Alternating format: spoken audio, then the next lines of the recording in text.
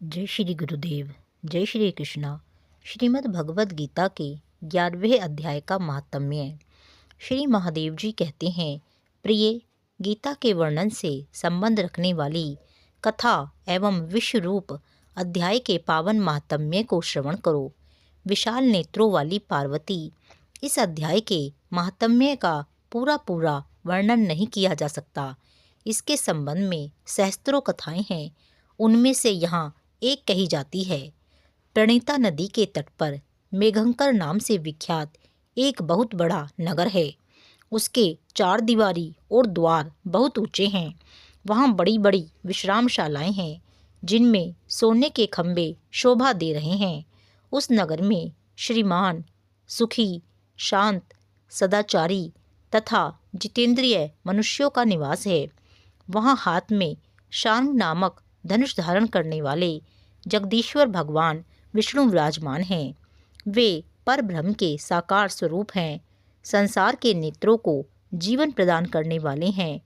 उनका गौरवपूर्ण श्री विग्रह भगवती लक्ष्मी के नेत्र कमलों द्वारा पूजित होता है। भगवान की वह झांकी वामन अवतार की है। मेघ के समान उनका श्याम वर्ण तथा कोमल आकृति है। वक्ष स्थल पर श्री वत्स का चिन्ह शोभा पाता है। वे कमल और वनमाला से विभूषित हैं। अनेक प्रकार के आभूषणों से सुशोभित हो भगवान वामन रत्न युक्त समुद्र के सदृश जान पड़ते हैं। पीताम्बर से उनके श्याम विग्रह की कांति ऐसी प्रतीत होती है मानो चमकती हुई बिजली से घिरा हुआ स्निग्ध मेघ शोभा पा रहा हो। उन भगवान वामन का दर्शन करके जीव जन्म एवं संसार के बंधन से मुक्त हो जाता है। उस नगर में मेखला नामक महान तीर्थ है, जिसमें स्नान करके मनुष्य शाश्वत वैकुंठ धाम को प्राप्त होता है। वहाँ जगत के स्वामी करुणा सागर भगवान नरसिंह का दर्शन करने से मनुष्य 7 जन्मों के किए हुए घोर पाप से छुटकारा पा जाता है। जो मनुष्य मेखला में गणेश जी का दर्शन करता है, वह सदा दुस्तर विघ्नों के भी पार हो जाता है। उसी मेघंकर नगर में कोई श्रेष्ठ ब्राह्मण थे, जो ब्रह्मचर्य परायण, ममता और अहंकार से रहित, वेद शास्त्रों में प्रवीण, जितेंद्रिय तथा भगवान वासुदेव के शरणागत थे। उनका नाम सुनंद था। प्रिय, वे शार्ग धनुष धारण करने वाले भगवान के पास गीता के 11वें अध्याय विश्व रूप दर्शन योग का पाठ किया करते थे। उस अध्याय के प्रभाव से उन्हें ब्रह्म ज्ञान की प्राप्ति हो गई थी। परमानंद संदोह से पूर्ण उत्तम ज्ञानमयी समाधि के द्वारा इंद्रियों के अंतर्मुख हो जाने के कारण वे निश्चल स्थिति को प्राप्त हो गए थे और सदा जीवन मुक्त योगी की स्थिति में रहते थे। एक समय जब बृहस्पति सिंह राशि पर स्थित थे, महायोगी सुनंद ने गोदावरी तीर्थ की यात्रा आरंभ की। वे क्रमशः विरज तीर्थ, तारा तीर्थ, कपिला संगम, अष्ट तीर्थ, कपिला द्वार, नरसिंहवन, अंबिकापुरी तथा करस्थानपुर आदि क्षेत्रों में स्नान और दर्शन करते हुए विवाह मंडप नामक नगर में आए। वहां उन्होंने प्रत्येक घर में जाकर अपने ठहरने के लिए स्थान मांगा, परंतु कहीं भी उन्हें स्थान नहीं मिला। अंत में गांव के मुखिया ने उन्हें एक बहुत बड़ी धर्मशाला दिखा दी। ब्राह्मण ने साथियों सहित उसके भीतर जाकर रात में निवास किया। सवेरा होने पर उन्होंने अपने को तो धर्मशाला के बाहर पाया, किंतु उनके और साथी नहीं दिखाई दिए। वे उन्हें खोजने के लिए चले। इतने में ही वह मुखिया ग्रामपाल वहां आ पहुंचा और ग्रामपाल ने कहा, मुनिश्रेष्ठ, तुम सब प्रकार से दीर्घायु जान पड़ते हो। सौभाग्यशाली तथा पुण्यवान पुरुषों में तुम सबसे पवित्र हो। तुम्हारे भीतर कोई लोकोत्तर प्रभाव विद्यमान है। तुम्हारे साथी कहाँ गए और कैसे इस भवन से बाहर हुए, इसका पता लगाओ। मैं तुम्हारे सामने इतना ही कहता हूँ कि तुम्हारे जैसा तपस्वी मुझे दूसरा कोई नहीं दिखाई देता। विप्रवर, तुम्हें किस महामंत्र का ज्ञान है, किस विद्या का आश्रय लेते हो तथा किस देवता की दया से तुम्हें अलौकिक शक्ति आ गई है। भगवान कृपा करके इस गांव में रहो, मैं तुम्हारी सब सेवा करूँगा। यूँ कहकर ग्रामपाल ने मुनीश्वर सुनंद को अपने गांव में ठहरा लिया। वह दिन रात बड़ी भक्ति से उनकी सेवा टहल करने लगा। जब 7-8 दिन बीत गए तब एक दिन प्रातःकाल आकर वह बहुत दुखी हो महात्मा के सामने रोने लगा और बोला, हाय, आज रात में राक्षस ने मुझ भाग्यहीन के बेटे को चबा लिया है। मेरा पुत्र बड़ा ही गुणवान और भक्तिमान था। ग्रामपाल के इस प्रकार कहने पर योगी सुनंद ने पूछा, कहाँ है वह राक्षस और किस प्रकार उसने तुम्हारे पुत्र का भक्षण किया है? ग्रामपाल बोला, हे ब्राह्मण, इस नगर में एक बड़ा भयंकर नरभक्षी राक्षस रहता है। वह प्रतिदिन आकर इस नगर के मनुष्यों को खा लिया करता था। तब एक दिन समस्त नगरवासियों ने मिलकर उससे प्रार्थना की कि राक्षस, तुम हम सब लोगों की रक्षा करो, हम तुम्हारे लिए भोजन की व्यवस्था किए देते हैं। यहाँ बाहर के जो पथिक रात में आकर नींद लेने लगें, उनको खा जाना। इस प्रकार नागरिक मनुष्यों ने गांव के मुखिया द्वारा इस धर्मशाला में भेजे हुए पथिकों को ही राक्षस का आहार निश्चित किया। अपने प्राणों की रक्षा के लिए ही उन्हें ऐसा करना पड़ा।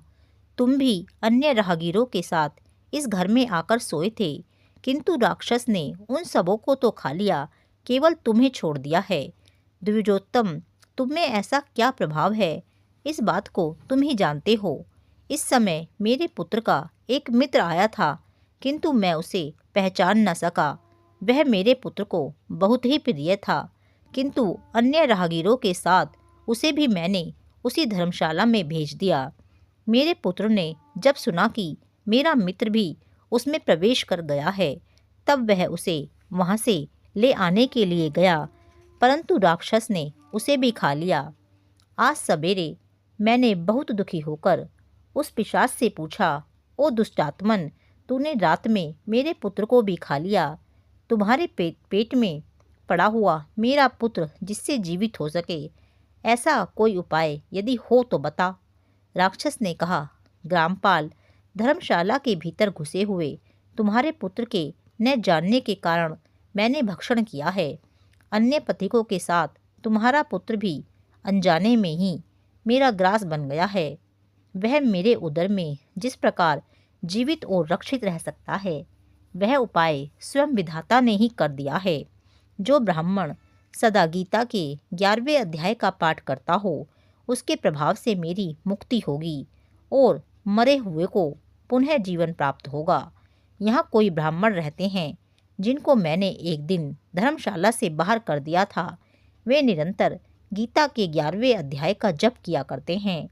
इस अध्याय के मंत्र से 7 बार अभिमंत्रित करके यदि वे मेरे ऊपर जल का छींटा दें तो निसंदेह मेरा शाप से उद्धार हो जाएगा।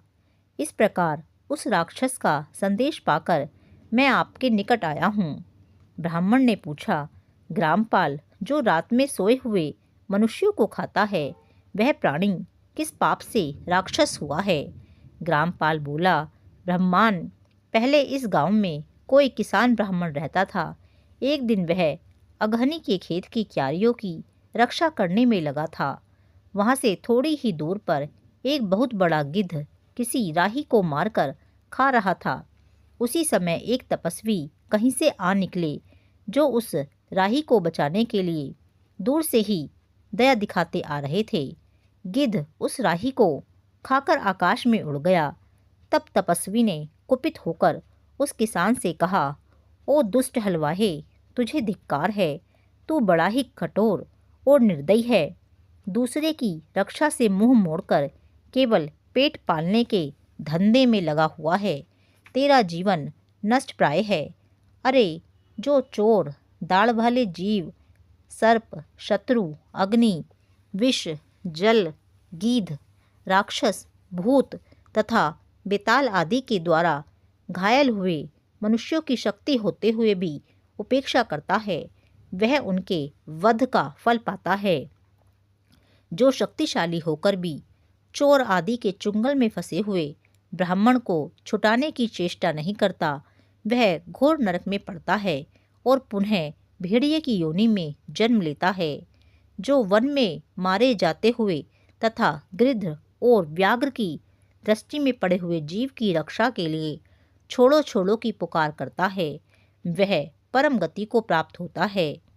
जो मनुष्य गौओं की रक्षा के लिए व्याघ्र, भील तथा दुष्ट राजाओं के हाथ से मारे जाते हैं, वे भगवान विष्णु के उस परम पद को पाते हैं जो योगियों के लिए भी दुर्लभ है। सहस्त्र अश्वमेध और 100 वाजपेयी यज्ञ मिलकर शरणागत रक्षा की 16वीं कला के बराबर भी नहीं हो सकते। दीन तथा भयभीत जीव की उपेक्षा करने से पुण्यवान पुरुष भी समय आने पर कुंभी पाक नामक नरक में पकाया जाता है। तूने दुष्ट गिद्ध के द्वारा खाए जाते हुए राही को देखकर उसे बचाने में समर्थ होते हुए भी जो इसकी रक्षा नहीं की, इससे तू निर्दय जान पड़ता है, अतः तू राक्षस हो जा। हलवाहा बोला, महात्मन, मैं यहाँ उपस्थित अवश्य था, किंतु मेरे नेत्र बहुत देर से खेत की रक्षा में लगे थे, अतः पास होने पर भी गिद्ध के द्वारा मारे जाते हुए इस मनुष्य को मैं नहीं जान सका, अतः मुझ दीन पर आपको अनुग्रह करना चाहिए। तपस्वी ब्राह्मण ने कहा, जो प्रतिदिन गीता के 11वें अध्याय का जप करता है, उस मनुष्य के द्वारा अभिमंत्रित जल जब तुम्हारे मस्तक पर पड़ेगा, उस समय तुम्हें शाप से छुटकारा मिल जाएगा। यह कहकर तपस्वी ब्राह्मण चले गए और वह हलवाहा राक्षस हो गया। अतः द्विजश्रेष्ठ, तुम चलो और 11वें अध्याय से तीर्थ के जल को अभिमंत्रित करो, फिर अपने ही हाथ से उस राक्षस के मस्तक पर उसे छिड़क दो। ग्रामपाल की यह सारी प्रार्थना सुनकर ब्राह्मण का हृदय करुणा से भराया। वे बहुत अच्छा कहकर उसके साथ राक्षस के निकट गए। वे ब्राह्मण योगी थे। उन्होंने विश्व रूप दर्शन नामक 11वें अध्याय से जल अभिमंत्रित करके उस राक्षस के मस्तक पर डाला। गीता के 11वें अध्याय के प्रभाव से वह तुरंत ही शाप से मुक्त हो गया। उसने राक्षस देह का परित्याग करके चतुर्भुज रूप धारण कर लिया तथा उसने जिन सहस्त्रों पतिकों का भक्षण किया था, वो भी शंख, चक्र एवं गदा धारण किए चतुर्भुज रूप हो गए। तत्पश्चात वे सभी विमान पर आरूढ़ हुए। इतने में ही ग्रामपाल ने राक्षस से कहा, निशाचर, मेरा पुत्र कौन है, उसे दिखाओ। उसके यो कहने पर दिव्य बुद्धि वाले राक्षस ने कहा, ये जो तमाल के समान श्याम, 4 भुजाधारी, माणिक्यमय मुकुट से सुशोभित तथा दिव्य मणियों के बने हुए कुंडलों से अलंकृत है, हार पहनने के कारण जिनके कंधे मनोहर प्रतीत होते हैं, जो सोनों के भुजबंदों से विभूषित कमल के समान नेत्र वाले, स्निग्ध रूप तथा हाथ में कमल लिए हुए हैं और दिव्य विमान पर बैठकर देवत्व को प्राप्त हो चुके हैं, इन्हीं को अपना पुत्र समझो। यह सुनकर ग्रामपाल ने उसी रूप में अपने पुत्र को देखा और उसे अपने घर ले जाना चाहा। यह देख उसका पुत्र हंस पड़ा और इस प्रकार कहने लगा। उसका पुत्र बोला, ग्रामपाल, कई बार तुम भी मेरे पुत्र हो चुके हो। पहले मैं तुम्हारा पुत्र था, किंतु अब देवता हो गया हूँ। इन ब्राह्मण देवता के प्रसाद से वैकुंठ धाम को जाऊंगा। देखो, यह निशाचर भी चतुर्भुज रूप को प्राप्त हो गया है। 11वें अध्याय के महात्म्य से यह सब लोगों के साथ श्री विष्णु धाम को जा रहा है। अतः तुम भी इन ब्राह्मण देवता से गीता के 11वें अध्याय का अध्ययन करो और निरंतर उसका जप करते रहो। इसमें संदेह नहीं कि तुम्हारी भी ऐसी ही उत्तम गति होगी। तात, मनुष्यों के लिए साधु पुरुषों का संग सर्वथा दुर्लभ है, वह भी इस समय तुम्हें प्राप्त है। अतः अपना अभीष्ट सिद्ध करो। धन, भोग, दान, यज्ञ, तपस्या और पूर्व कर्मों से क्या लेना है। विश्व रूप अध्याय के पाठ से ही परम कल्याण की प्राप्ति हो जाती है। श्री कृष्ण नामक ब्रह्मा के मुख से कुरुक्षेत्र में अपने मित्र अर्जुन के प्रति जो अमृत में उपदेश निकला था, वही श्री विष्णु का परम तात्विक रूप है।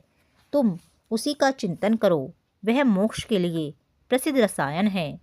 संसार भय से डरे हुए मनुष्यों की आदि व्याधि का विनाशक तथा अनेक जन्म के दुखों का नाश करने वाला है।